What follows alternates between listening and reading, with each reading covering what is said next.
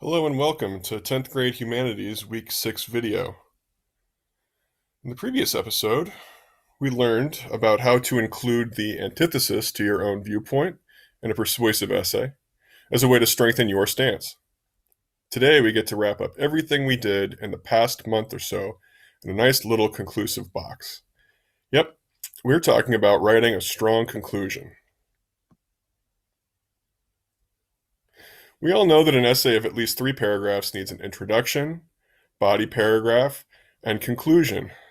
But what differentiates these 3 types of paragraph? Why don't you take a few moments and list the key aspects that make up each of the paragraph types? Hint: pay particular attention to the similarities and differences of the intro and conclusion. Please pause the video and do this now.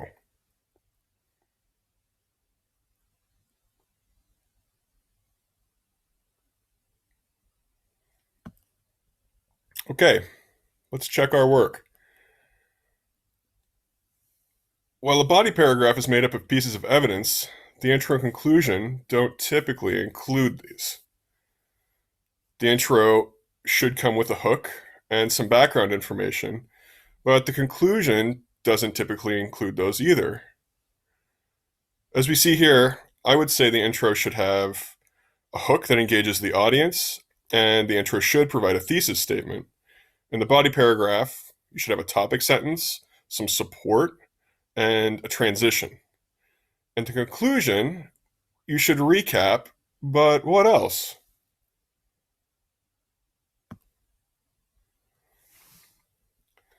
The concluding paragraph can be the weakest paragraph in many essays.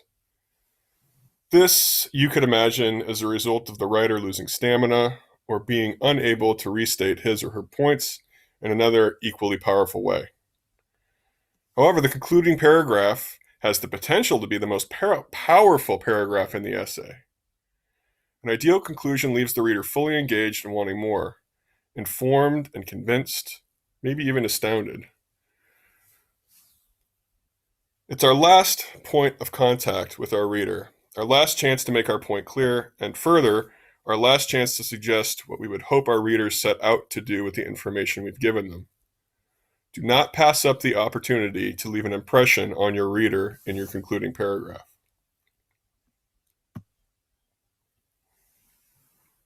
So, what are the key elements of a strong conclusion? 1, you should restate your thesis in a new way.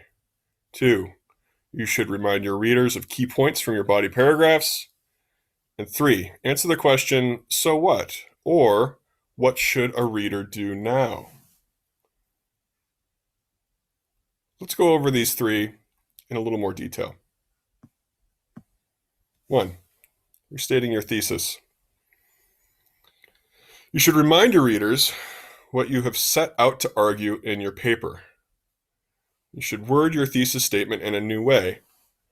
Repeating your thesis statement word for word might be better than not mentioning it again at all, but this often comes across as lazy or boring. 2, the recap. Recap is short for recapitulation. It's a summarization of your main points. You should remind your reader of all the strong points you've made. Now, final thoughts and a call to action. When you're writing your conclusion, you need to recall your purpose in writing. You should leave your reader with a call to action. The action you call for may be asking for further consideration or thought on the part of the reader. Here's an example of a call to action. At the end of the day, people will always have their own opinions. However, an opinion becomes harmful when people fail to understand the deeper issues at hand. The only way forward is through open dialogue, education, and empathy from both sides. Now, based on this, you can imagine what this essay was about, and you could probably reconstruct it yourself. Notice that the final sentence asks something of the reader, right? It gives a recommendation. Open dialogue, education, and empathy from both sides.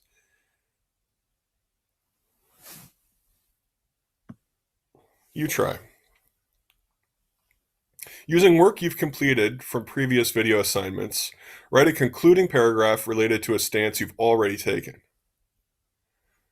Make sure to restate your thesis, summarize your main points, and finish with a call to action. When you do this, you should try 3 different possible final sentences for your concluding paragraph for practice. Please pause the video now and do this.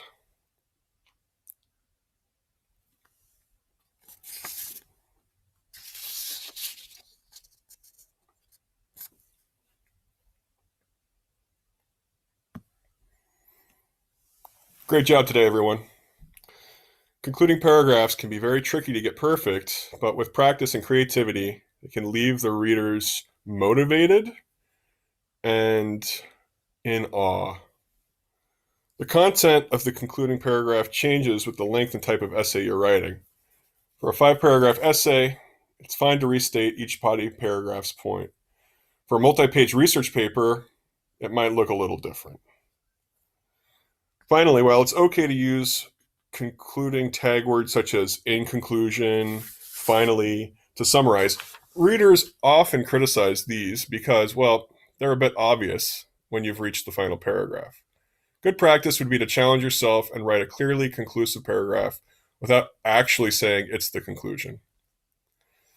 Don't forget to check our Google Classroom for homework assignments, keep up with your other digital classes, and continue working on your competency masteries. For further information, see the links in the description. See you all next week.